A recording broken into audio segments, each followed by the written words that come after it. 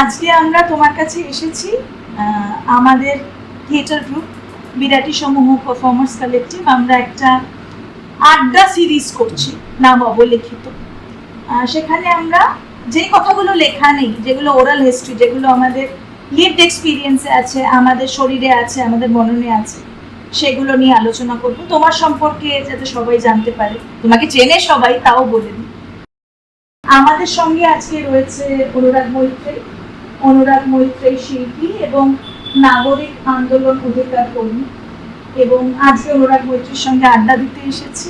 আমাদের পরিচয় অনেক বছরের, অনেক অধিকার আন্দোলন, অনেক মিটিং মিছিল একসঙ্গে চলা, পথ চলা, এবং আজকে এসে আমরা এখানে কথা বলছি। এই কথাগুলো শুধুমাত্র আমাদের জানলে চলবে না, আর পাঁচটা মানুষ জানুক যে আমাদের জার্নিটা কি, এবং এত বছর ধরে তুমি আছো, তুমি কাজ করছো, তোমার জীবনটা একটা গল্প, তো সেই গল্পগুলো মানুষের জানা দরকার।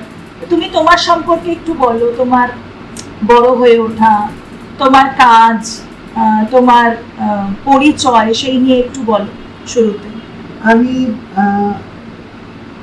নমস্কার, আমার নাম অনুরাগ মৈত্রী। আমি নাগরিক অধিকার আন্দোলনের কর্মী এবং একজন শিল্পী, এবং অনন্তর বলে একটি পত্রিকার আমি সম্পাদিকা। অনন্তর মূলত আমার সন্তান, আমার ব্রেন চাইল্ড, যে চাই অনন্তরের মধ্যে দিয়ে যে শুধুমাত্র লিঙ্গ বৈষম্য না, সার্বিক বৈষম্যবাদের বিরুদ্ধে আমাদের যে সোচ্চার হওয়ার প্রয়োজন, আওয়াজ ওঠানোর প্রয়োজন, সেই কল্পনা থেকে আমাদের অনন্তর জন্ম। এবং সর্বোপরি যেটা বলতে চাই যে আমি কি নিয়ে কাজ করি সেটা তুই জানিস। মূলত আমাকে, বা যেটা ইউজুয়ালি রাষ্ট্র বা আন্দোলনের মধ্যেও তো অনেক শ্রেণীবিন্যাস, স্তরবিন্যাস আছে, লেয়ার্স আছে, সেখানে কোথাও গিয়ে যেন আন্দোলনকারীদেরও কারা এবং কে কোন কি আন্দোলন করবে সেটাও যেন মানুষ ঠিক করে দেয়। মানে ট্রান্স এলজিবিটি মানুষ যেন শুধুমাত্র লিঙ্গ বৈষম্য নিয়ে কথা বলবে, তারা শ্রেণী, জাতপাত, ধর্ম, বর্ণ, লিঙ্গ, শ্রেণী, অন্যান্য বিভিন্ন অবদমন নিয়ে যেন কোনো কথা তাদের নেই বা বলতে নেই, বা তারা যেন বলবে না। এটার মধ্যে দিয়ে আমার মনে হয় কোথাও গিয়ে যেন আমাদেরকে আরো কোপে ঢুকিয়ে দেওয়া বা পরিচিতি আন্দোলনের বাইরে যেন আমরা কিছুতেই যেন বেরোতে যাতে না পারি, এইটার একটা অপচেষ্টা। কারণ পুরো তুমি যদি দেখিস, এই যে পুরো ইন্টারসেকশনটা ধরে, যে এলজিবিটি মানেই তো তিনি শুধু ধুরানি প্রতিভায় যে সম্প্রদায়ের মানুষ মানেই তিনি শুধু তার লিঙ্গগত প্রান্তিক অবস্থানেই তিনি বঞ্চিত বা অবদমিত নন। ট্রান্স নন বাইনারি আছেন, ট্রান্স ম্যান আছেন, ওম্যান আছেন, ট্রান্স মুসলিম আছেন, দলিত আছেন, পরিযায়ী শ্রমিক আছেন, নির্মাণ শ্রমিক আছেন, রিক্সা চালক আছেন, মতুয়া আছেন, বন্ধ কলকারখানার শ্রমিক আছেন, ভ্যান চালক আছেন, রান্নার কাজ করেন, যৌনকর্মী আছেন, আদিবাসী আছেন, জনজাতি আছেন, ফুটপাথবাসী আছেন, ভবঘুরে আছেন, প্রতিবন্ধী মানুষ আছেন।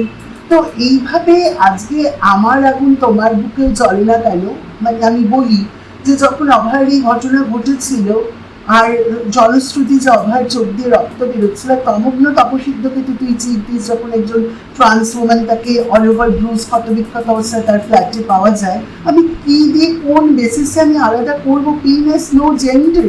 এই যে সলিডারিটি আর কমনালিটি অফ পেইন, বেসিক্যালি যন্ত্রণার কোনো লিঙ্গ হয় না, অশ্রুর কোনো গন্ধ হয়। তাই আমার মনে হয় যাতে কোনোভাবেই কোনো আন্দোলন গণ আন্দোলনে না পৌঁছায়, সমস্ত প্রান্তিক আন্দোলন এসে একটা যৌথতা এসে একটা প্রান্ত থেকে এসে একটা কেন্দ্রীয় আন্দোলনে আসে, এবং একে অপরের এই একটা এক্সচেঞ্জ অফ ইমোশন এবং সলিডারিটির একটা বিনিময় হয়ে একটা সার্বিক বৈষম্যের বিরুদ্ধে যে এত আওয়াজ না ওঠে, সেজন্য বারবার এই সংকুচিত করে বারবার আন্দোলনগুলোকে এই ঘেঁটোর মধ্যে ঢুকিয়ে দেওয়া হয়, যাতে এলজিবিটির কথাই বলবে, দলিতের কথাই বলবে, নিশ্চয়ই বলবেন দলিতের কথা এলজিবিটি, কিন্তু এলজিবিটিও দলিতের কথা বলবেন, মুসলিম মানুষও হিন্দুদের কথা বলবেন, হিন্দু মানুষও মুসলিমদের কথা, প্রত্যেকেই একে অপরের শোষণের কথা বলবেন, বঞ্চনার কথা বলবেন। ফলে আমি, তুই যদি আমার কাজের ইতিহাস দেখিস, আমি মনে করেছি এবং সক্রিয়ভাবে বিশ্বাস করি যে আমি সমস্ত রকম সমাজের যে শোষণ, নিপীড়ন, বঞ্চনা এবং অন্যায় বিরুদ্ধে যতটা আমার শরীর ক্ষমতা দেয়, সাধ্য দেয়, খুবই সীমিত ক্ষমতা সাধ্য, আমি চেষ্টা করি সেখানে যাওয়া সক্রিয়ভাবে আমি সেই আন্দোলনে আমি অংশগ্রহণ করার চেষ্টা করি। অনেকগুলো জরুরি কথা উঠে এলো এবং ইন্টারসেকশনালিটির কথা উঠে এলো যে যখন আমরা একটা সিস্টেমের বিরুদ্ধে যাচ্ছি এবং যারা মার্জিনালাইজড মানুষ তারা একে অপরের প্রতি সলিডারিটি যখন দেবে তখন যে একটা ইউনাইটেড ফ্রন্ট তৈরি হবে, সেখানে আমি যে স্থিতাবস্থা আছে সেটাকে সরানো অনেক সোজা হয়েছে এবং সেই জন্যই হয়তো অনেক সময় সবাই চায় যে তুমি তোমারটুকু নিয়ে কথা বলো। অনেকে ভাবে যে LGBTQ+IA+ কমিউনিটির মানুষ মানে সে শুধু সেজে গুজে প্রাইডে যাবে, সে শুধু তার নিজের লিঙ্গ সাম্যর কথা বলবে, সে শুধু বিয়ের কথা বলবে, কিন্তু ব্যাপারটা তা নয়। It's human right. আজকে রুটি কাপড়া মাকান বাদ দিয়ে কোনো মার্জিনালাইজড আন্দোলন হতে পারে না, কিন্তু সেটা হয়তো অনেকে চায় না। সেই জন্য এখান থেকে যদি পরের প্রশ্নটাতে যাই, তো যে ইন্টারসেকশনটা তৈরি হচ্ছে প্রান্তিক লিঙ্গ বা প্রান্তিক যৌনতার মানুষের সঙ্গে, তাদের এই সময়ে দাঁড়িয়ে রাষ্ট্র, সেটা স্টেট হোক বা সেন্টার হোক, এবং রাষ্ট্র বলতে তো শুধুমাত্র পলিটিক্যাল পার্টি বা গভর্নমেন্ট হয় না, সমাজ রাষ্ট্রের একটা বড় ভূমিকা পালন করে সমাজ। তো সেখানে তোমার কি মনে হয় রাষ্ট্র এবং সমাজের LGBTQIA+ মানুষের কাছে, বিশেষত ট্রান্স মানুষের কাছে কি এক্সপেকটেশন, এবং তুমি অ্যাজ আ রাজনৈতিক কর্মী সেই এক্সপেকটেশনটা তোমার মানে কতটা তুমি অ্যাগ্রি করো, কতটা অ্যাগ্রি করো না, এবং কোথায় তোমার এজেন্সি আছে এবং নেই, সেটা সেই বিষয়ে যদি একটু বলো। দেখ, আমি নিজে কোনো রাজনৈতিক দলের বর্তমানে আমি I don't have any faith in parliamentary democracy, rather I have lost faith in parliamentary democracy. সংসদীয় গণতন্ত্র বলে আমাদের দেশে কিছু আছে বলে মনে হয় না। ফলে কোনো রাজনৈতিক দলই কিন্তু LGBT মানুষের জন্য কিছু করেনি, মানে সেটা 377 হোক আর নালসা ভার্ডির জন্য। ফলে LGBT মানুষই যুদ্ধ লড়াই করে তারা তাদের অধিকার তারা অ্যাচিভ করেছে। এবং আমি ব্যক্তিগতভাবে বিশ্বাস করি যে আমার শরীর আমার মন, দূর হটাও রাজশাসন বা আমি কোনো নিয়ন্ত্রণ এই শরীর মনের উপর আমি মানি না।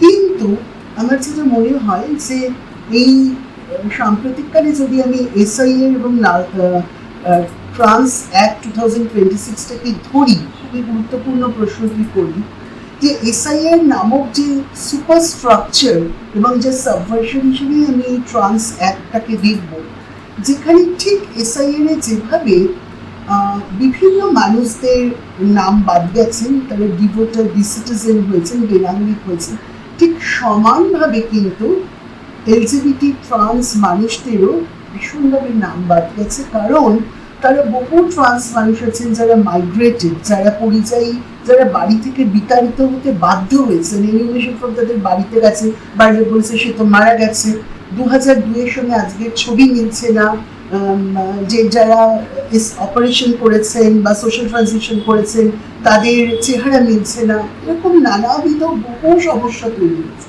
এবং ট্রান্স অ্যাক্টেও যেটা আমরা দেখতে পাই কি অদ্ভুতভাবে যে ঠিক SIA এবং একটা কাগজ, একটা রাষ্ট্রীয় সনদ বা নথি ঠিক করে দেবে আসল নাগরিক আর নকল নাগরিক, ঠিক ট্রান্স অ্যাক্টেও একটা ডসাল বা রাষ্ট্রীয় নথি ঠিক করে দেবে আমি আসল ট্রান্স আর নকল ট্রান্স। মানে এই যেন সেই উত্তর কোরিয়ার মতো হয়ে যাচ্ছে, কোথাও গিয়ে উত্তর কোরিয়ার মতো হয়ে যাচ্ছে। মানে আমি নিঃশ্বাস নিব কি না সেটাও যেন রাষ্ট্র ঠিক করে দেবে। এই যে ট্রান্স অ্যাক্টে মানে একজন সবচেয়ে বড় কথা একজন করদাতা নাগরিক, আমি LGBT, আমি ধুরানি, আমি পতি, আমি আজকে যারা ডিভোটেড, ডিসিটিজেন, বেনাগরিক হলেন, আজকে যাদের মনে করছে যারা আসল নাগরিক নন, তারা আজকে তাদের থেকে এতদিন রাষ্ট্র নাগরিক কর নেয়নি, আজকে পণ্য কর নেয়নি, জরুরি যে দ্রব্য তার কর নেয়নি, কোন কর তাদের ছেড়ে দিয়েছে যে তারা নকল নাগরিক, তাই তাদের এই করগুলো নেগুলো, তাহলে তাদের সমস্ত করগুলো ফেরত দিয়ে দেওয়া। ট্রান্স অ্যাক্টে আজকে যে বলছেন আসলে রাষ্ট্র কি চাইছে যে এই ট্রান্স অ্যাক্টের মধ্যে দিয়ে একটা ট্রান্স মানুষকে বিলোপ করা বা একটা মাস জেনোসাইডের দিকে নিয়ে যেতে চাইছে, যে আসলে ট্রান্সকে বিলোপ করে বা নির্মূল করে মেল ফিমেল বাইনারির মধ্যে ঢুকিয়ে দিতে চাইছে, যে দুটোই এক্সিস্ট করবে, পুরুষ আর নারী। ঠিক আছে, তুমি মনে নারী, তুমি নারী হয়ে যাও শল্য চিকিৎসার মধ্যে, তুমি মনে পুরুষ, তুমি পুরুষ হয়ে যাও শল্য চিকিৎসার মধ্যে দিয়ে। এই নিদান কে দেবে? আমার এই যে আমাকে একটা সারা জীবনের মধ্যে একটা বায়োলজিক্যাল সার্ভিলেন্সের মধ্যে দিয়ে ঢুকিয়ে দিয়ে একটা বায়োমেডিক্যাল সার্ভিলেন্সের মধ্যে আমায় ঢুকিয়ে দিচ্ছে, দিয়ে আমার বডির অটোনমি রাষ্ট্র কেড়ে নিয়ে আমার হাইজ্যাক করে নিচ্ছে আমার শরীরটা। আমার মনটাকে তো কোনোভাবেই পাচ্ছে না এনক্রোচ করতে, আধিপত্য বিস্তার করতে, অকুপাই করতে, মালিক হতে। তাই আমার শরীরটাকে কোনোভাবে যেন কারেক্টিভ একটা প্রসেস, আমরা যেন বেঠিক আমাদের ঠিক করতে, আমাদের সংশোধন করতে চাইছি। কি করতে চাইছে? প্রো হেট্রো নর্মেটিভ করতে চাইছে, প্রো হেট্রো করতে চাইছে। তাই কোনোভাবে আমাদের মেল ফিমেলের ঢাঁচায় ঢুকিয়ে, খাপে ঢুকিয়ে শল্য চিকিৎসার মধ্যে দিয়ে সারা জীবনের জন্য আমাদের একটা মেডিকেল ইন্ডাস্ট্রি, এইভাবেই medical industry, cosmetic industry, surgical ইন্ডাস্ট্রিকে, ফার্মাসিউটিক্যাল ইন্ডাস্ট্রিকে পোটেন্ট করছে। আজকে প্রাণ প্রকৃতি, nature is not homogeneous, monolithic. Similarly, trans is not monolithic or homogeneous. Women is not monolithic or homogeneous. Women, trans and nature is plural, is heterogeneous. তাহলে যেখানে প্রকৃতি plural, প্রকৃতি হেটেরোজিনিয়াস, দিবে আর নিবে, মিলাবে মিলিবে, যে প্রকৃতি আমাকে ধারণ করছে, রক্ষা করছে, আগলে রাখছে, যে প্রকৃতি আমাকে প্রসব করেছে, যে প্রকৃতি আজকে আবার তো আমার বাবা মা তো চলে গেছে, আমার বায়োলজিক্যাল পেরেন্টস কবে, এই প্রকৃতির মাঝেই তো আমাকে আমি বেঁচে আছি, তারাই তো আমাকে আগলে রাখছে, তারাই তো আমাকে যত্ন করছে, শুশ্রূষা করছে, বাতাস দিচ্ছে, আলো দিচ্ছে, জল দিচ্ছে, প্রকৃতির সমস্ত উপাদান আমাকে দিচ্ছে। কোন উপাদান থেকে প্রকৃতি আমায় বঞ্চিত করেছে? যে না, ও তো নকল নাগরিক, ও তো ট্রান্স, মিথ্যে ট্রান্স, ও নকল ট্রান্স, ও লেসার সিটিজেন, কম নাগরিক, লঘু নাগরিক, ফালতু নাগরিক, তাই ওকে সেকেন্ডারি সিটিজেন, ওকে আমি প্রকৃতি এই বৃষ্টির জল দেব না, রোদ দেব না, বাতাস দেব না, অক্সিজেন দেব না। তার মানে প্রকৃতি তো আমাদেরকে এক্সক্লুড করেনি, মানুষ করছে। তাই আমার মনে হয় এই প্রচন্ড একটা ভয়ঙ্কর একটা স্বৈরাচারিতা, একটা ফ্যাসিস্ট, একটা আগ্রাসন, এইটার ওই ট্রান্স অ্যাক্টের মধ্যে দিয়ে, যে আমাদেরকে এইভাবে ট্রান্স করদাতা নাগরিককে এইভাবে একটা মেডিকেল বোর্ডের সামনে, সেটা বিবস্ত্র করে হোক, কোনো মেশিনের দ্বারা হোক, আমরা কেন আজকে একজন করদাতা নাগরিক, আমি আজকে কেন আমাকে আজকে একটা কাগজ, আমাকে এই process of certification itself is derogatory and highly humiliation, and against it's a gross violation of Article 21 and Constitution. আজকে সংবিধানে যখন লেখা হয়েছে প্রিয়াম্বলে we the citizen of India, সেখানে লেখেছিল we the heterosexual citizen of India, we the Brahmin citizen of India, we the upper class citizen of India, we the able body citizen of India, we the white skin citizen of India, we the monogamous citizen of India. তাহলে we তো একটা অন্তর্ভুক্তি, inclusive word, সেখানে তো সবাই থাকবে, এবং it's a gross violation of constitution also. তাই আমি একজন করদাতা নাগরিক, আমি জানি না আমি কি, আর প্রত্যেক গুরুত্বপূর্ণ কথা তুই যেটা বলি, ইটস এ $1 million কোয়েশ্চেন, যে আমি কি, আমি জানি না স্টেট জানি, এবং আমি যে একজন ট্রান্স মানুষ এটা যেরকম আমার পরিচয়, আমি একজন মহাপৃথিবীর নাগরিক এটাও আমার পরিচয়। শুধু আমি ট্রান্স এটা আমার পরিচয় নয়, আমার একটা এক্সটেন্ডেড রেজিস্টার আছে, আমার একটা এক্সটেন্ডেড সেলফ আছে। তাই তো ওই এক্সটেন্ডেড সেলফের মধ্যে আমার মধ্যে অনেকগুলো আমি আছে, সব আমিগুলো নিয়েই তো আমি আজকের আমি।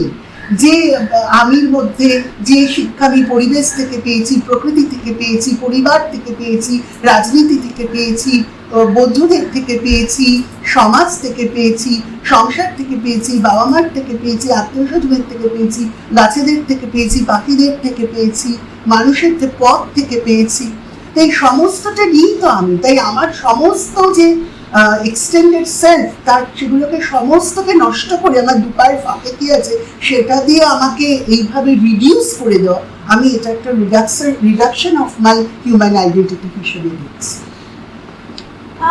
যেহেতু ট্রান্স বিল নিয়ে কথা হচ্ছে, তাই আরেকটা প্রশ্ন ছোট করে জিজ্ঞেস করতে খুব ইচ্ছে হচ্ছে। এখন তো অ্যাক্ট হয়ে গেছে। হ্যাঁ, এখন অ্যাক্ট হয়ে গেছে, রাইট। তো সেখানে এই যে নতুন যে অ্যামেন্ডমেন্ট, সেখানে কিন্তু ট্রান্স কমিউনিটির মধ্যেও একটা বিভাজন কারা সত্যিকারের ট্রান্স, কারা মিথ্যেকারের Exactly. ট্রান্স। এবং একজন নন বাইনারি মানুষ হিসেবে মানে আমি তো হয়তো কোনোদিন চাইবো না যে আমি কোনো মেডিকেল প্রসিজারের মধ্যে দিয়ে যাই। আমি নিজেও তো একজন নন সার্জিক্যাল ট্রান্স এক্স্যাক্টলি। এবং ট্রান্স কে সেটা তো মানে সেলফ আইডেন্টিফিকেশন অফ জেন্ডার যেটা, সেটাকে রিডিউস করে দেওয়া হচ্ছে। এবং ট্রান্স কমিউনিটির মধ্যে বা কুয়ার কমিউনিটির মধ্যেও কিন্তু এই বিষয়টা নিয়ে একটা দোটানা আমি দেখতে Right. পেয়েছি, যে অনেকে মনে করছে যে তাদের একটা তারা আইডেন্টিফাইড হচ্ছে। এখানে কিন্তু তারা কিন্তু কোনো স্পেসিফিক সুযোগ সুবিধে পায়নি, তারা শুধু আইডেন্টিফাইড হয়েছে। আমার কোথাও একটা মনে হয়েছে এখানে একটা ডিভাইডার রুলের ব্যাপার Very রয়েছে, important, সেটা very আমার ভীষণভাবে মনে হয়েছে। তোমার যদি আমার বিষয়ে কোনো ভীষণভাবে observation মনে হয়েছে, আমি একেবারে সহমত। ঠিক যেভাবে 377 ওই সময় যে নার্সাভার্ডিক হিস্টোরিক্যাল রায়, এটা একটা স্টেপিং স্টোন হিসেবে আমি দেখব, কিন্তু তার মানে যে কিভাবে ডিভাইড এন্ড রুল করে দেওয়া, যে কিছু মানুষকে অধিকার দেওয়া হলো আর কিছু মানুষকে দেওয়া হলো না। কারণ আমি যদি দেখি, আমি কোনো অপারেশন অলিম্পিক বা অপারেশন ম্যারাথনে যাব না, কার যন্ত্রণা বিষয়ে প্রত্যেকটা মানুষের তার নিজ নিজ অবস্থানে তার যন্ত্রণা আছে, তার ব্যথা আছে, তার কষ্ট আছে, তার দুঃখ আছে, তার হতাশা আছে, তার অবদমন আছে। কিন্তু এই যে একটা ট্রান্স কমিউনিটির মধ্যে একটা রিফট করে দেওয়ার চেষ্টা করছে, যে who is a legitimate trans and কার ট্রান্সলেসটা ডিলেজিটিমাইজড হয়ে যাবে, কি অথেন্টিক কে ইনঅথেন্টিক, কে নকল ট্রান্স কে আসল ট্রান্স। এইটা তো ভয়ঙ্কর ভয়ঙ্কর। এইটা যেটা রাষ্ট্র করতে চাইছে, এইভাবে একটা ফোবিয়া কে ফাংশন করিয়ে এসকেলেট করিয়ে এটাকে অ্যাসারশন টু এসআরএস হিসেবে বা জেন্ডার অ্যাফার্মেশন সার্জারি হিসেবেই আমি দেখবো যে এটা কোথাও গিয়ে ট্রান্স মানুষকে বাধ্য করছে যাতে ট্রান্সলেসটা না থাকে। নন সার্জিক্যাল ট্রান্স মানুষের যে একটা অত্যন্ত পোটেনশিয়াল র্যাডিক্যাল পজিশন, যেখানে পেট্রিয়ার্কি নড়ে চড়ে ভেঙে চুরমার হয়ে যায়, যেখানে বারবার তো তারা চায় যাতে প্রো হেট্রোনর্মেটিভ হোক, একটু সিস প্যাটার্নের হোক, একটু মহিলাদের মতো হোক। তো আমি সিস পাসিং হোক খানি সেই ধরনের। তো এই জায়গাটা যারা মনে করছে যে না আমি ট্রান্স, আমার যে পরিচয়টা আমি যারা মনে করি, আমাকে কেউ মহিলা বললে আমি আমার অস্বস্তি, আমার বিরক্ত, আমি লজ্জা, কিন্তু আমাকে ট্রান্স মহিলা বললে আমি গর্বিত মনে করি। আমার ট্রান্স আইডেন্টিটিটা আমার কাছে লজ্জা নয়, শেম নয়। আমি সিস মহিলা হয়ে উঠতে চাই না। আমি যদি সত্যি রিলাইফ বলে কিছু থেকে আমি ট্রান্স হই, বারবার বারবার জন্ম নিতে চাই। কারণ অনেক যুদ্ধ করে ফিনিক্স পাখির মতো পুড়ে ছাই হতে হতে আমরা বারবার জন্ম নিই ফ্রম দ্য অ্যাশেস। তাই যে নারীত্ব আমার অর্জিত নারীত্ব, যে নারীত্বকে আই হ্যাভ অ্যাচিভড, সেই ট্রান্সিশন, সেই ট্রান্স পিরিয়ডটা, সেটা শুধু সার্জিক্যাল নয়, সেটা সোশ্যাল ট্রানজিশন হয়। যে ধুতি পাঞ্জাবি পরেও কেউ নিজেকে মনে করতে পারে আমি একজন ট্রান্স মহিলা, সেটা তার ব্যক্তিগত এজেন্সি, তার পোশাক কখনো ঠিক করে দিতে পারে না কি ট্রান্স আর কে ট্রান্স নয়। ফলে ট্রান্স নন বাইনারি আছেন, ট্রান্স মেন আছেন, ট্রান্স পুরুষ আছেন, যারা এই পুরো এই ট্রান্স একটায় তারা বাদ চলে গেলেন। পুরো ট্রান্স একটাই, ট্রান্স নন বাইনারিদের কথা নেই, ট্রান্স ম্যানেদের কথা নেই, তারা কোথায় গেলেন? তারা অদৃশ্য হয়ে গেলেন। এইভাবে আসলে ট্রান্স মানুষকে একটা ডকুমেন্টের মধ্যে দিয়ে, রাষ্ট্রীয় নথির মধ্যে দিয়ে ট্রান্স মানুষকে কোথাও নির্মূল করে সমাজে পুরুষ এবং নারী এই দুটো বাইনারি যাতে থাকে তার মধ্যে ঢুকিয়ে দেওয়ার চেষ্টা। আর একটা এটা করার একটা বড় কারণ হচ্ছে এই যে নিজের জীবন দিয়ে যে ট্রান্স মানুষরা এত বেশি অবদমন ফেস করেন, তো তারা যারা যন্ত্রণা ব্যক্তি জীবনে লিভড এক্সপিরিয়েন্সে এত ফেস করছেন, তারা সবচেয়ে বেশি অন্যান্য অবদমনের সঙ্গে অ্যাসোসিয়েট করতে পারবেন, কুইকলি রিলেট করতে পারবেন এবং সমাজে অন্যান্য অবদমিত মানুষের সঙ্গে অ্যালাইন করতে পারবেন এবং সবচেয়ে বেশি র্যাডিক্যাল হতে পারবেন এবং এই পরিকাঠামোর বিরুদ্ধে, এই হেটেরো পেট্রিয়ার্কাল যে যৌন মৌলবাদ, তার বিরুদ্ধে আওয়াজ তুলতে পারবেন। সেই জায়গাটা যাতে তৈরি না হয়, তাকে কি করে শুদ্ধিকরণ যেন করে কোথাও গিয়ে হেটেরো নর্মেটিভ করে দেওয়া, প্রো একটা হেটেরো পেট্রিয়ার্কাল দিকে তাকে ঢুকিয়ে দিতে চাইছে, যেন তাই অথেন্টিক আর ইনঅথেন্টিক। তো একটা খুব জরুরি কথা বললে যে এই যেটা লড়াই ট্রান্সকুয়ার মানুষদের, সেখানে তাদের এজেন্সি নেই, তারা এম্পাওয়ার্ড হচ্ছে না, এম্পাওয়ার্ড হচ্ছে ফার্মাসিউটিক্যাল কোম্পানি, এম্পাওয়ার্ড হচ্ছে medical network, medical surgical industry. কিন্তু আমরা যদি ডে টু ডে দেখি, সেখানে একটা যদি সরকারি হাসপাতালে চলে যাই দেশের যে কোনো জায়গায়, সেখানে কি ট্রান্সকুয়ার মানুষদের জন্য বিশেষ ব্যবস্থা রয়েছে?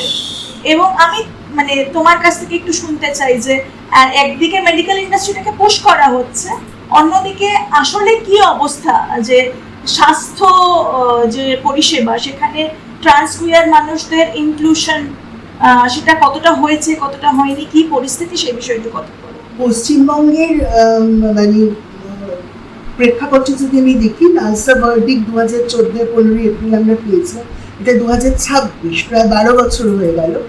আজ অব্দি একটা সরকারি হাসপাতালে একটা ট্রান্স ওয়ার্ড ফাংশনাল নেই।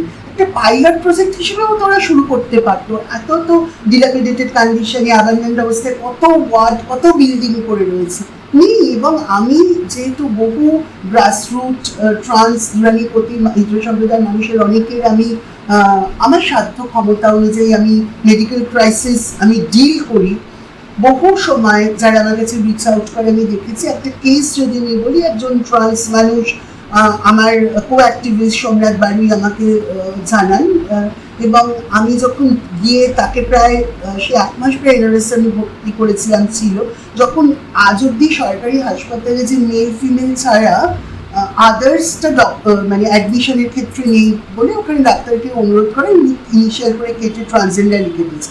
তারপর যখন তাকে মেডিকেল কলেজে ভর্তি করালাম, আমার মনে আছে সেদিন কনস্টিটিউশন ডে ছিল, একটা প্রোগ্রাম থেকে সিটিজেনশিপ থেকে আমি ফেরার সময় আমি মেডিকেল কলেজে যাই এবং তাকে দীর্ঘদিন ধরে আমি ইনিশিয়েট করে সেখানে যাওয়া, দৌড়দৌড়ি করা, তাকে মেডিকেল কলেজে তার চিকিৎসা চলছিল এবং তাকে সেদিন ডায়াস্টোলিক আর সিস্টোলিক 76/36 জুনিয়র ডাক্তাররা যুদ্ধ করছে তাকে বাঁচানোর জন্য। তারপর যখন তাকে অ্যাডমিশন লিখে দিয়েছে জুনিয়র ডাক্তাররা, তাকে এমএসভিপি আমাকে রাত 8টা-9টার সময় বলছে যে সুপার বললেন ওনার জেনিটাল ইনভেস্টি করে দেখে তারপর ওনাকে করবে, মানে ওনাকে বেড দেওয়া হবে। তখন আমার এত খারাপ লাগলো যে একটা মানুষ মরে যাচ্ছে, জুনিয়র ডাক্তাররা তাকে বাঁচানোর যুদ্ধ করছেন, মানে isn't it the death of democracy? মানে মানুষ মরে যাচ্ছে, তার জেনিটাল দেখবে তারপর তাকে বেড দেবে, মানে আমরা কোথায় পড়ে রয়েছি?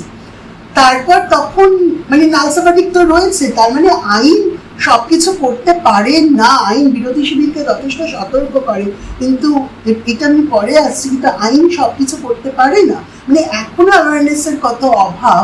তখন আমি বললাম যে মানে খুব ভোকালি আমি বলার পর তখন 15 মিনিট পর কোভিড বিল্ডিংয়ে নন কোভিড ওয়ার্ডে ওকে অ্যাডমিট করা হলো। এরকম নানাবিধ নানা সময় মানে ভয়ঙ্কর এইরকম পরিস্থিতি, মানে সরকারি হাসপাতালে মূলত ট্রান্স মানুষরা ভয় পায় তো সরকারি হাসপাতালে। প্রতিদিন গত বছর আমি প্রচণ্ড অসুস্থ হয়ে পড়েছিলাম, আমার গলব্লাডারে স্টোন ডিটেক্ট হয়েছে, আমি হাসপাতালে ভর্তি হলে কোন বেড ওয়ার্ডে ভর্তি, এই ভয়ে আমি 3 মাস ভর্তি হইনি। তারপর আমি আমার গলব্লাডারে একদিক পড়ছে অ্যাবসেস হয়ে গেছিল। তো ফলে এইটা তো প্রচন্ড, এই যে ট্রান্স জুরানিপতিরা ভয় যেতে চায় না সরকারি হাসপাতালে, এই যে ওয়ার্ড নেই বলে, মেলে আমরা ভর্তি হবো না, ফিমেলে আমরা কমফোর্টেবল, আমাদের নিজেদের কোনো ওয়ার্ড নেই। মানে এটা তো মানে স্বাস্থ্যর মতো একটা এত বড় গুরুত্বপূর্ণ জায়গা, সেখানে আজকে কোথায় ট্রান্স জুরানিপতি মানুষদের বাড়ি থেকে বিদায় করে দিচ্ছে, তাদের চাকরি নেই সেরকম, বহু ক্ষেত্রে তারা এক্সক্লুডেড। তারা এখন অনেকে চাকরি করছেন, পড়াশোনা, কিন্তু যারা ধরো একটা বয়সের ওপরে উঠে গেছে, যারা পায়নি, যারা এতটা বঞ্চিত, তারা কোথায় যাবে? কোথায়, যাদের নার্সিংহোমে যাওয়ার ক্ষমতা নেই, তারা কোথায় ভর্তি হবে সরকারি জায়গায় যদি আজকে ওয়ার্ড না থাকে? সেই জন্য এত মৃত্যু, এত অসুস্থতা তারা চেক করে, তারা ভয় পায়, তারা যেতে চায় প্রাইভেটে, যেহেতু তাদের সেই আর্থিক ক্ষমতাও নেই। খুবই মানে ঠিক শব্দটা খুঁজে পাচ্ছি না, যে এই যে রাষ্ট্র উইথ অল ইটস পাওয়ার এক্সক্লুশনটাতে এত মন দিচ্ছে, তো যেখানে অ্যাকচুয়ালি প্রচুর কাজ করার রয়েছে সেই কাজগুলো করছে না। কারণ রাষ্ট্রের তো একটা ডেফিনেশন আছে ট্রান্সের, উইচ ইজ ভেরি মাচ হেট্রোপেট্রিয়াকাল। সেইটাই যদি তুমি কনফার্ম না করো তাহলে রাষ্ট্র তোমার দায়িত্ব নেবে না। তাহলে যদি এরকম জিজ্ঞেস করি, ধরো একটা আইডিয়াল সমাজে, একটা আইডিয়াল দুনিয়াতে তুমি রাষ্ট্র এবং সমাজের কাছে তোমার কি কি দাবি থাকবে? দেখ, আমার রাষ্ট্রের কাছে দাবির থেকেও একদিকে যেরকম আইন, আমার মনে হয় আইন অবশ্যই এই ট্রান্স অ্যাক্টের বিরুদ্ধে আমরা প্রচুর প্রোটেস্ট করেছি, প্রোটেস্ট অ্যারেঞ্জ করেছি, সাংস্কৃতিক যে প্রতিবাদ সেগুলো শুরু করেছি, লাগাতার করছি।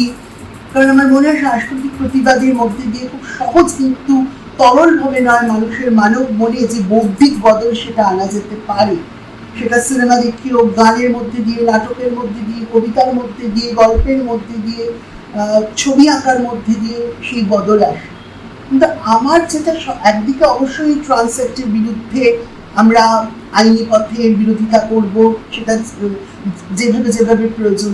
সাথে সাথে আমার মনে হয় সমাজ বদল করার জন্য কিন্তু সবচেয়ে গুরুত্বপূর্ণ দরকার হচ্ছে আমরা খুব মাইক্রো লেভেল থেকে, সেটা জানিস তো, যে কোনো stigma discrimination begins at home, যেটা খুব নর্মালাইজ হয়ে বাড়িতে যেগুলো সেই স্টিগমা, সেই ডিসক্রিমিনেশন, ভেদভাব, এক্সক্লুশনগুলো পরিবারের মধ্যে খুব নর্মালাইজ হয়েতে আছে, সেলিব্রেটেড হয়, যেগুলো খুবই লেজিটিমাইজ হয়ে আছে ফ্রেন্ডলি ব্যান্টার হিসেবে পরিবারের মধ্যে, সেইগুলোকে কিভাবে আমরা রেকগনাইজ, অ্যাকনলেজ করব এবং নিজেদের প্রিভিলেজগুলো এবং বায়াসনেসগুলোকে আমরা আইডেন্টিফাই করবো এবং পরিবারে অন্য আকারে, ছোট ছোট আকারে আমরা প্রশ্ন করব, আমরা বিরোধিতা করব, আমরা ফেবলস, ফেয়ারি টেলসগুলোকে নতুন করে আমরা বানাবো, লিখবো। এই যে which square, trans square, inclusive, Coca গেছে মাছ ধরতে কি নদীর পারে, কোকার টুকির গল্প, আমার মতো টুকি কোথায়। তারপরে একটা শিশু মন তার কুসুমবৃত্তি খুন করে তাকে বাবা মা এই সিস্টেমের কাছে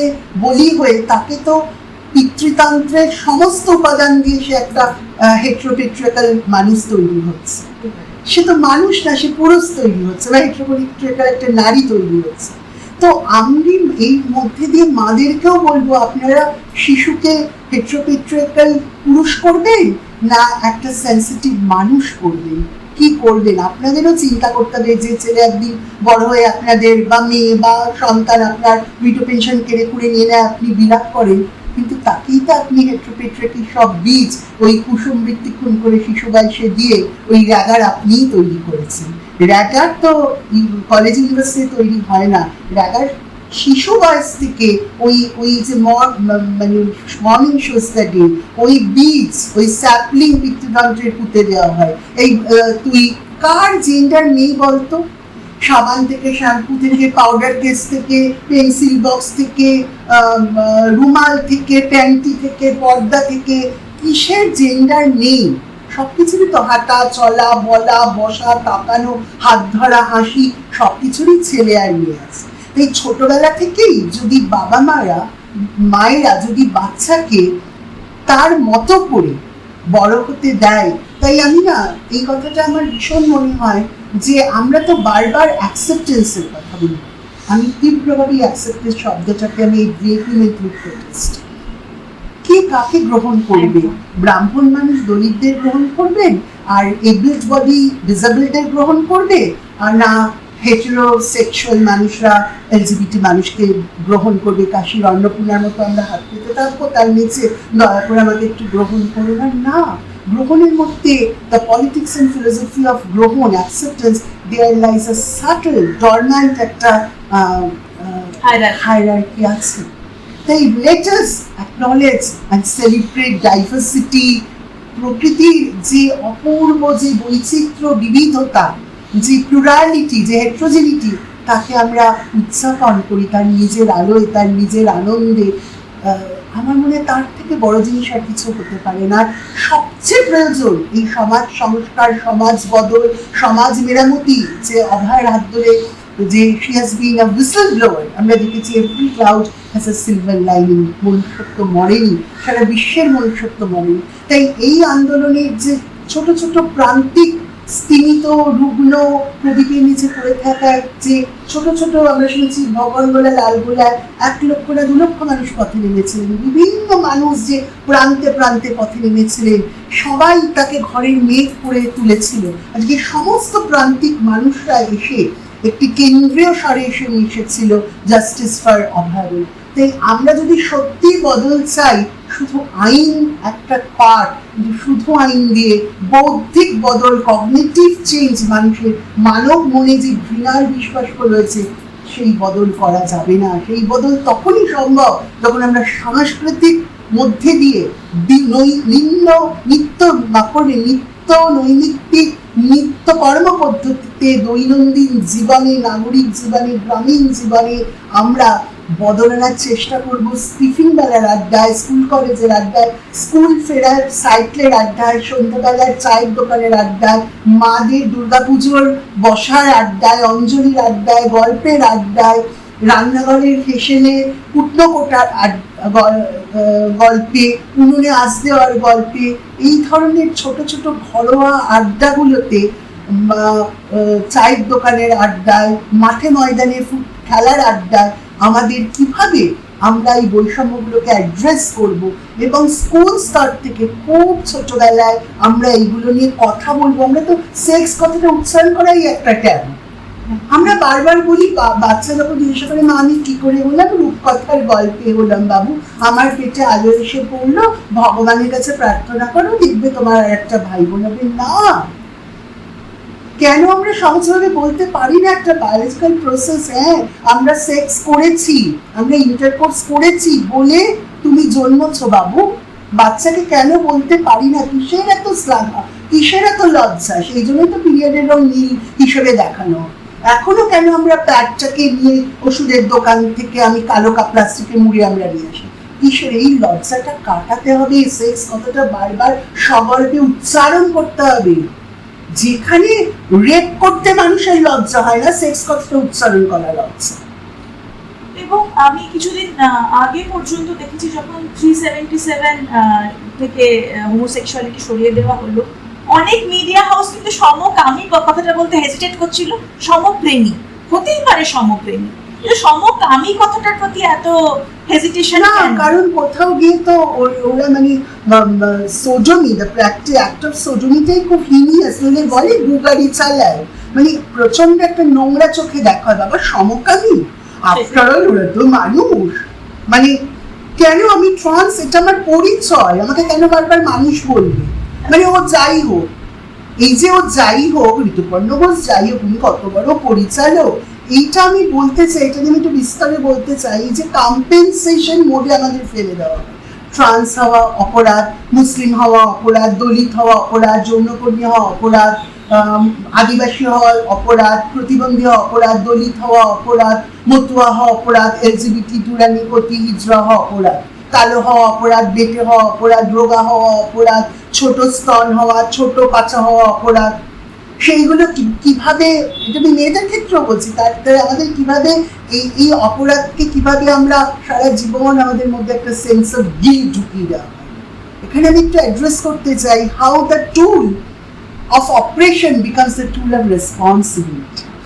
সারা জীবন ধরে আমাদের যে অবদমন করা হচ্ছে এটা আমরা সেন্স করতে পারি না, বরং আমাদের ঢুকিয়ে দেয় মনে একটা ব্যর্থতার বোধ, একটা সেন্স অফ গিল্ট যে আমরা অপরাধী। তাই আমাদের এই অপরাধ থেকে মুক্ত কি করে হতে হবে? আমাদের কম্পেনসেশন করতে হবে, ক্ষতিপূরণ কি করতে হবে? আমাদের সংসারে বেশি অর্থ দিতে হবে, বেশি লেবার দিতে হবে। আর এইভাবেই আমাদের লেবারগুলো এক্সপ্লয়েট হয়, মার্জিনালাইজ মানুষের লেবার এক্সপ্লয়টেশন হয়। কারণ এটাই তো আমাকে করতে হবে, কারণ আমি তো অপরাধী, আমিও মেনে নিই, আমি কি বা পরিবারকে দিতে পারলাম। তাই রেটরিকটা এইভাবেই নর্মালাইজ হয়। আমার মার রংটা একটু কালো, মুখটা খুব মিষ্টি। আমার মা একটু মোটা, কিন্তু আমার মা কিন্তু সরকারি চাকরি করে, তার মানে মোটা হওয়া অপরাধ, কালো হওয়া অপরাধ। মুখ মিষ্টিটা না হলে তাহলে আমার এই অপরাধের মানে এটা হতো না, স্কলার কম্পেনসেশন হতো না। আর একটা কথা খুব ইম্পর্টেন্ট তুমি বললে যে আইন তো আইনের মতন রয়েছে, এবং যখন নির্ভয়ার ঘটনা ঘটে 2012-তে, তারপরে কিন্তু অনেক আইন আসে, মানে আমাদের জুডিশিয়ারিতে অনেক বদল আসে, কিন্তু আইন খাতায় কলমে যেরকম রয়েছে আর তার ইমপ্লিমেন্টেশন, একটা তো জুডিশিয়াল লেভেলে ইমপ্লিমেন্টেশন, একটা সামাজিক লেভেলে সেন্সিটাইজেশন, দুটোতেই কিন্তু প্রচুর গ্যাপ হয়ে গেছে এবং আমাদের জুডিশিয়ারির সেই ক্যাপাসিটি নেই, জুডিশিয়ারি সেই ক্যাপাসিটি নিয়ে ফাংশন করে না যে সে সেন্সিটাইজেশনের জায়গায় আসবে। তো সেখান থেকে এই গ্যাপটা কিন্তু রয়েই যাচ্ছে। আইন আইনের মতন হচ্ছে, কিন্তু আইনের পথে যাওয়ার মতন প্রিভিলেজও তো বেশিরভাগ মানুষের থাকে না। এবং একটা জিনিস খুব ইম্পর্টেন্ট, যখন আইন হয়, এরকম একটা বড় ঘটনা ঘটে, নির্ভয়ার ঘটনা বলো বা অভয়ার ঘটনা বলো, তারপরে জুডিশিয়ারি নড়ে চড়ে বসে অনেক আইন হয়, কিন্তু আমাদের অপরাধগুলো ডে টু ডে বেসিসে কিন্তু তার সঙ্গে কিন্তু এই যে মানে রেয়ারেস্ট অফ দ্য রেয়ারেস্ট কেসের কিন্তু খুব সিমিলারিটি থাকে না, বা বেশিরভাগ অপরাধ তাদের পরিবারের মধ্যে ঘটছে, যৌন হেনস্থা বাচ্চারা তাদের পরিবারে বা পরিচিত মানুষের মধ্যে থেকে ফেস করছে, এবং সেই রিয়ালিটিগুলো কিন্তু আইন যখন ইমপ্লিমেন্ট করা হচ্ছে বা আইন যখন তৈরি করা হচ্ছে, সেই রিয়ালিটিগুলো অনেক সময় উঠে আসে না, কারণ পরিবারটাকে একটা সিক্রেট স্ট্রাকচার হিসেবে দেখা হয়, অ্যাবসলিউটলি, সেখান থেকে তাকে চেপে চেপে রাখা। এবং সেই যে একটা আইন হয়তো আছে, পোক্সো আইন রয়েছে বাচ্চাদের জন্য, কিন্তু তারপরে যদি ঘটনাটা যখন ঘটছে পরিবারের মধ্যে ঘটছে, ট্রাস্টেড কেউ ঘটাচ্ছে, সেখানে কি ধরনের রিহ্যাবিলিটেশন প্রয়োজন, কি ধরনের, এবং সেটা শুধুমাত্র বাচ্চাটার না, বাচ্চাটার পরিবারের বাকি সদস্য ইনক্লুডেড হয়ে যায় সেই রিহ্যাবিলিটেশনে, তো সেটার কোনো প্ল্যান নেই, সেটার কোনো ইমপ্লিমেন্টেশন নেই। আর একটা জিনিস সেটা হচ্ছে যে পরিবার থেকে যেটা আমরা শিখছি, আমি সেরকম মানুষ হচ্ছি, সেটাতে একটা কথা মনে পড়লো। আমি যখন খুব ছোট, 5-6 বছর বয়স, আমার মা তার এক বন্ধুর সঙ্গে কথা বলছে, এবং সে তার এক বান্ধবী এবং তার ফিমেল পার্টনারের ব্যাপারে কথা বলছে, একদম যেভাবে সে কোনো একটা হেটেরোসেক্সুয়াল বন্ধু বা কাপলের কথা বলে, দুজনের সম্পর্কে কথা বলছে। এবং আমি যখন বড় হয়েছি, আমি জেনে বড় হয়েছি, মানে কেউ আমাকে বলে দেয়নি আলাদা করে, দেখো মেয়েদেরও কিন্তু সম্পর্ক হয়, বলে দেয়নি, কিন্তু নর্মাল একটা কনভারসেশনের মধ্যে এটা আমার কাছে খুব স্বাভাবিকভাবে এসেছিল। দুটো মেয়েও কাপল হতে পারে, আমি খেলা করছি, ওরা দুজন কথা বলছে, সেখান থেকে আমার মানে আমি আগে জেনেছি যে হোমোসেক্সুয়ালিটি নর্মাল, আমি পরে গিয়ে জেনেছি যখন একটু বড় হচ্ছি, স্কুলে ছেলেদের মেয়েদের আলাদা বসানো হচ্ছে, তখন আমি জেনেছি যে না, এটা তো হয় না, মানে উল্টো দিক থেকে আমি জেনেছি। তো সেই জন্য এই যে ছোটবেলার জানাগুলো আমাদের বড় হয়ে ওঠার মধ্যে, মানুষ হয়ে ওঠার মধ্যে অনেক প্রভাব ফেলে। তো আরেকটা জিনিস আমি দেখেছি, যখন মানুষ আনলার্ন করছে, আমাদের জেনারেশন বা তার ঠিক আগের জেনারেশন বা পরের জেনারেশন আনলার্ন করছে, নতুন কিছু জানছে, অ্যাকসেপ্ট করছে, কিন্তু সে বাড়িতে সেটা নিয়ে কথা বলবে না, বাড়িটাকে ঘাঁটাবে না, শুধু জেন্ডার বা সেক্সুয়ালিটির ক্ষেত্রে না, যে কোনো বিষয়। আমি আমার বন্ধু বান্ধবের মধ্যে দেখেছি তাদের পরিবারে প্রচুর কাস্টিজম রয়েছে বা ইসলামোফোবিয়া রয়েছে, তারা বাইরে কিন্তু কথা বলে ফাটিয়ে দিচ্ছে, কিন্তু বাড়িতে অ্যাড্রেস করবে না, বাড়িটাকে ওই যে একটা স্থিতাবস্থা, ওই স্ট্যাটাস কোটাকে নষ্ট করবে না। তো এটা নিয়ে তোমার কি অবজারভেশন? আমার অবজারভেশন হচ্ছে মানে charity begins at home.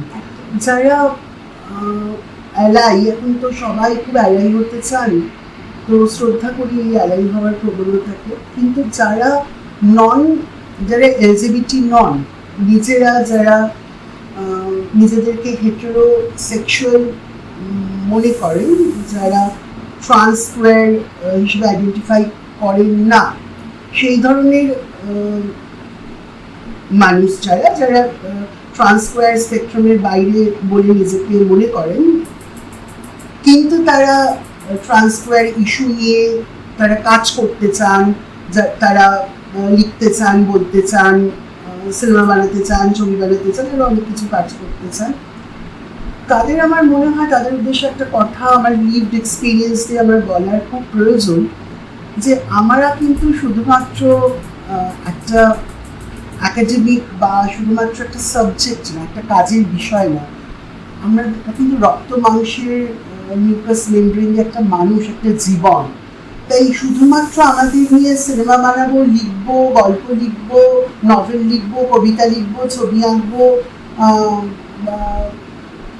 Boutique করবো, সব কিছু করবো, নিশ্চয়ই তার সাথে সাথে একটা কালচারাল অ্যাসোসিয়েশনও, মানে শুধুই আমাদের দিয়ে বেঁচে খাবো কন্টেন্ট, খুব দুঃখের এটার সাথে বলছি, তো জীবন অভিজ্ঞতা থেকে বলছি, তার সাথে সাথে একটু মানবিক হওয়ার কথা বলবো, যে এই verbal acceptance and mental denial তুই যেটা বলি, অথচ পরিবারের মধ্যে প্র্যাকসিসে কোনো এলজিবিটি মানুষ যদি থাকে, বা কতটা তারা নিজের পরিবারে এলজিবিটি মানুষের সঙ্গে তাদের কালচারাল অ্যাসোসিয়েশন ওঠা বসা আছে, জানা বোঝা আছে, তারা এলজিবিটি মানুষের এই চরম দুর্দিনে, এসআইআর এর দিনে, ট্রান্স অ্যাক্টের দিনে তারা কতটা কাছে থেকেছেন, পাশে থেকেছেন, এগিয়ে এসেছেন, প্রশ্ন করেছেন, স্নেহ করেছেন, একটা হাত ধরার চেষ্টা করেছেন, সবসময় আমাদেরই কেন এগিয়ে গিয়ে বারবার অ্যালাইদের কাছে হাত চাওয়ার জন্য বারবার সারা জীবন ধরেই টায়ারলেস কাজটা করতে হয়, আমাদের একটু বোঝো, আমাদের একটু বোঝো। আমাদের নিয়ে তো কাজ করা যায়, অথচ কেন একটু আবেগ দিয়ে, স্নেহ দিয়ে, প্রকৃত সহমর্মিতা দিয়ে একটু আমাদের বোঝার দায় তাদের থাকে না। সবার আমি বলছি না, অবশ্যই আমি শেষে বলবো সবার না, অনেক মানুষ আছে যারা হয়তো অ্যালাই শব্দটা জানেন না, কিন্তু তারা কাজে জীবন দিয়ে তারা অনেক বড় অ্যালাই হয়ে উঠেছে। আমার মনে পড়ছে আমি একবার ফেসবুকে লিখেছিলাম জুন মাস শুরু হতে, this pride month be a good ally and ask for nothing. এবং প্রাইড মান্থ বলতে মনে পড়লো এটা তো ডিসেবিলিটি প্রাইড মান্থ শুরু হচ্ছে, ডিসেবিলিটি প্রাইড, হ্যাঁ, এবং একটা ওভারল্যাপিং আছে। এবং যে কোনো মার্জিনালাইজড মানুষের যন্ত্রণা বলো, তার আন্দোলন বলো, তার বেঁচে থাকা বলো, সবটাই ওভারল্যাপিং, সবটাই ইন্টারসেকশনাল। তো শেষ প্রশ্ন এটা, তুমি এই ডিসেবিলিটি প্রাইড মান্থে কিভাবে দেখছো, এবং ওই ওভারল্যাপটা অনেকে হয়তো জানেন না, সেই বিষয়ে একটু কথা। আমি এটাই বলবো যে একজন ডিসেবল মানুষ, কে ডিসেবল, কে এলজিবিটি, এই এজেন্সিটা আমারই থাকুক, বা আমাদের যিনি ডিসেবল তার সেই এজেন্সি, সেই অটোনমি থাকুক, তার শরীর, তার মনের। কারণ ডিসেবল যারা, তাদের কিছু বার্থ ডিসেবিলিটি আছে, যেটা সমাজের একটা অংশ, দণ্ডমুণ্ডের কর্তা যারা ঠিক করেন কাকে দেখে যে এই লেজিটিমেট ডিসেবল আর কে ডিসেবল না, তার যে কত এক্সটেন্ডেড রেজিস্টার আছে, মানে ডিসেবল মানুষের কত আনমার্কড ডিসেবিলিটি আছে যেগুলো খালি চোখে বোঝা যায় না, ইনভিজিবল ডিসেবিলিটি। কত মানুষ ইন্টেলেকচুয়াল ডিসেবল আছেন, কগনিটিভ ডিসেবল আছেন, তুই যেটা বলছিলি নিউরোডাইভার্জেন্ট আছেন, কত রকমের ডিসেবিলিটি আছে। তো আমি না জানতেই পারি, কিন্তু কেউ না জানতেই পারে, কিন্তু এটা দোষ না জানা, কিন্তু এই যে সে যেটুকু জানি সেটুকুই ঠিক, তার বাইরে কোনো ডিসেবিলিটি নেই, এটা খুব ভয়ঙ্কর। মানে ঠিক ডিসেবিলিটি মানুষের ক্ষেত্রে মানুষ যেরকম ঠিক করে দেয় একটা সংখ্যক, যে ডিসেবল, অথেন্টিক ডিসেবল আর ইনঅথেন্টিক ডিসেবল, ঠিক ট্রান্স মানুষের ক্ষেত্রেও যেন ঠিক করে দেয় যে ট্রান্স হাতে 5টা আঙুল যেরকম এক না, যে কে অথেন্টিক ট্রান্স। একে তো আমাকে যেরকম অনেক সময় ও তুমি ট্রান্স, তোমার গলাটা শুনে তো মনে হয় না, মানে ট্রান্স মানুষের তারা ঠিক করে দেয় যে কে এই মার্কার, এই ক্যারেক্টার, এইগুলো হলে সে অথেন্টিক ট্রান্স হবে। তাই আমার মনে হয় এই অটোনমিটা আমাদের থেকে কেড়ে নেওয়া বন্ধ। এই কে ডিসেবল, সেই ডিসেবল মানুষের যে অটোনমি তার নিজের উপর আছে, সেই অটোনমি তারই থাক। যে এলজিবিটি ট্রান্সফার, তার শরীরের উপর, মনের ওপর যে অটোনমি আছে সেটা তারই থাক। এই যে ওভারল্যাপিং আছে, ডিসেবল মানুষকে যে তাকে সবসময় একটু করুণা, একটু দয়া, আহারে বাছারে, বা ট্রান্স এলজিবিটি মানুষকে আহারে, আমাদের তো সেক্সুয়াল ডিসেবল হিসেবে দেখা হয়, যে যৌন প্রতিবন্ধী হিসেবে দেখা হয়, যে কোথাও গিয়ে আমাদেরকে যেন একটু খামতি, একটা ডেফিসিট, এটাই আমি শেষে বলবো, ঠিক ডিসেবল মানুষকে যেন একটা ডেফিসিট হিসেবে দেখা হয়। আর পৃথিবীতে কোন মানুষ যে ডিসেবল নন, কে সম্পূর্ণ এবেল, কোনো না কোনো ক্ষেত্রে পৃথিবীর প্রত্যেকটা মানুষের খামতি আছে, কিছু না কিছু ক্ষেত্রে প্রত্যেকটা মানুষ ডিসেবিলিটি আছে, কিছু না কিছু ক্ষেত্রে তার ইনএবিলিটি আছে, তার এবেল বডি থাকলে তার অন্যান্য ডিসেবিলিটি কিছু না কিছু থাকে। তারা যে আমাদের ডিসেবল মানুষকে মনে করে হাসেন, প্রত্যেকটা মানুষের কিছু না কিছু ডিসেবিলিটি থাকে, সেটা সে রেকগনাইজ করতে চান না হয়তো, বা পারেন না, কিন্তু আছে। তাই আমাদের প্রতিটা মানুষের, আমাদের একে অপরের প্রতি let us respect, let us love, let us acknowledge each and every human being, তাকে তার মতো করে আমরা উদযাপন করি, এবং এই অটোনমি প্রতিটা মানুষের থাকুক। এইটা ডিসেবিলিটি প্রাইড মান্থ, প্রতিটা ভিজিবল মানুষ, আমার নিজেরও একটু ডিসেবিলিটি ইস্যু আছে, আমার লেফট ইয়ার অডিবিলিটি প্রবলেম আছে, ফলে আমাদের প্রতিটা মানুষের, আমরা আমাদের এই প্রান্তিক মানুষের আন্দোলন, শ্রমজীবী মানুষের আন্দোলন, মেহনতি মানুষের আন্দোলন দীর্ঘজীবী হোক, এবং একে অপরকে আমরা না হয় আরেকটু ভালোবেসে একে অপরকে জানা, চেনা, বোঝার একটু চেষ্টা করি না, একটু বন্ধুত্বের হাত বাড়াই না, তবেই কিন্তু আমরা পারবো। একে অপরকে যদি আমরা একটু শুনি, কম বলে যদি একটু বেশি অন্যকে শুনি, জানি, জানা বোঝার চেষ্টা করি, নম্র হয়ে, স্নেহশীল হয়ে, তবেই আমরা ভালোবাসার এক সহ মানুষদের সঙ্গে সমাজ তৈরি করার দিকে একটু এক ধাপ এগোতে পারবো। অপেক্ষার পবিত্র আলো রেখে থাকবো। নিশ্চয়ই একদিন এই বিষ বাষ্প সমাজের পেটে সেই রামধনুর আলোতে আমরা সবাই একসাথে প্রতিটি দিনই আমাদের প্রাইড ডে হবে। অনেক ধন্যবাদ। অনেক জরুরি কথা হলো এই আড্ডাতে, এবং আমাদের সময় দেওয়ার জন্য অনেক ধন্যবাদ। আমারও তোদেরকে রামধনু আমাদের প্রতীক চিহ্ন সমূহর এই উদ্যোগকে দীর্ঘজীবী হোক এই উদ্যোগ, এবং আনরিটেন বা আমরা যে কথাগুলো বলা হয় না, বা আমাদের মতো মানুষের যে কথাগুলো তুলে ধরা হয় না, বা যেগুলোকে ছুঁড়ে ফেলে দেওয়া হয়, সেগুলোকে যে ডকুমেন্ট করা বা সেগুলোকে ভ্যালিডেট করা প্রয়াসকে আমি আমার আন্তরিক ভালোবাসা জানাই। এই উদ্যোগ এগিয়ে যাক তার নিজের নিয়মে। আমার অনেক শুভেচ্ছা তোদের।